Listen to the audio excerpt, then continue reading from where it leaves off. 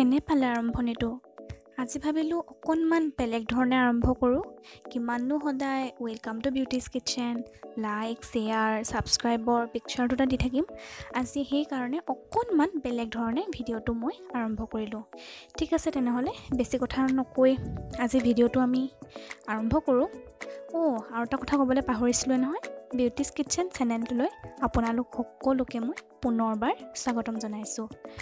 আজি আপোনালোকলৈ লৈ আহিছোঁ কল পিঠাৰ এটা ৰেচিপি দেখিবলৈ বাৰু এইটো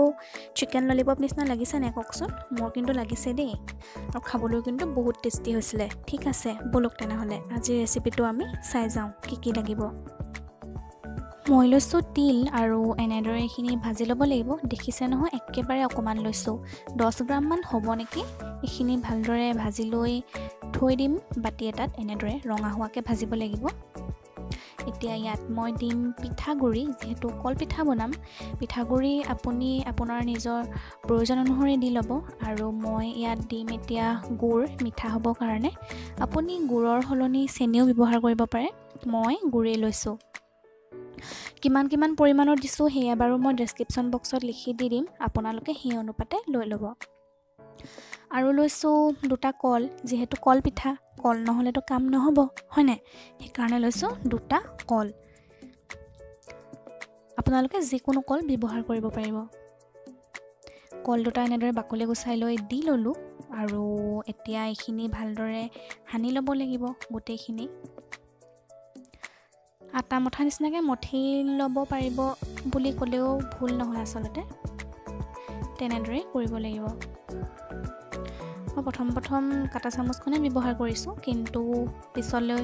এতিয়া মই হাতেৰে ভালদৰে গোটেইখিনি সানি ল'ম হাতেৰে সানিবলৈ ভাল হয় সুবিধাজনক হয় চামুচেৰে কৰি থাকিলে বহুত দেৰি লাগিব এয়া দেখিছেনে মই হাতেৰে এনেদৰে গোটেইখিনি সানি ল'লোঁ পিঠাগুড়ি গুড় তিল কল সকলোখিনি এতিয়া মই কেৰাহীত ৰিফাইন তেল দিছোঁ এইখিনি ফ্ৰাই কৰিবৰ কাৰণে আৰু এনেদৰে ভালদৰে এবাৰ চামুচখনে লৰাই লৈছোঁ আৰু তাৰপিছত কেৰাহীত দি দিম এটা এটাকৈ চাই যাওক আপোনালোকে দেখিছেনে চামুচখনৰ সহায়ত এনেদৰে দি দিছোঁ ইয়াত কিন্তু মই বেকিং ছ'ডা পাউডাৰ সেইবোৰ দিয়া নাই তথাপিও কিন্তু পিঠাটো বহুত ফুলি যাব আপোনালোকে চাই যাওক আৰু বহুত স্পঞ্জিও হ'ব খাবলৈও সিমানেই টেষ্টি কাৰণ মই ইয়াত তিল দিছোঁ আৰু তিল দিয়াৰ কাৰণে দেখিবলৈ এইখিনি চিকেন ললিপপ নিচিনা লাগিছে হয়নে বাৰু কওকচোন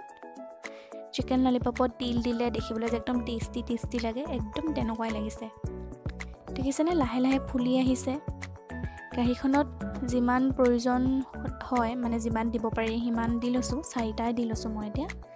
আপোনালোকে নিজৰ সুবিধা অনুসৰি দি ল'ব লাহে লাহে ফুলি আহিবলৈ আৰম্ভ কৰিলেই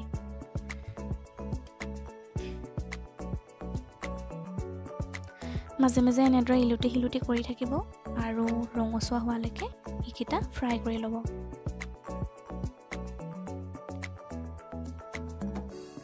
মই কাটা চামুচৰ সহায়ত এনেদৰে কৰি গৈছোঁ আৰু এয়া মোৰ ৰঙচু হৈ গ'ল মোৰ ফ্ৰাই কৰি হৈয়ে গ'ল আৰু মই এয়া প্লেটত উঠাই ৰাখিলোঁ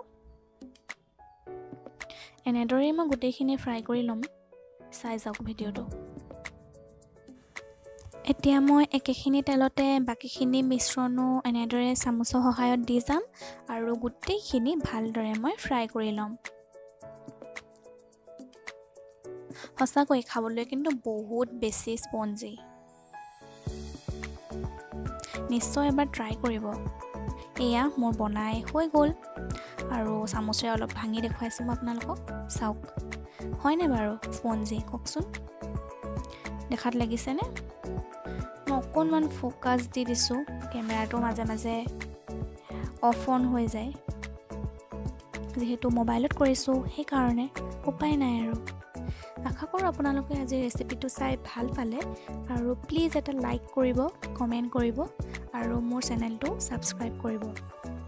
আজিলৈ আহোঁ তেনেহ'লে পুনৰ লগ পাম এটা নতুন ৰেচিপিৰ সৈতে নমস্কাৰ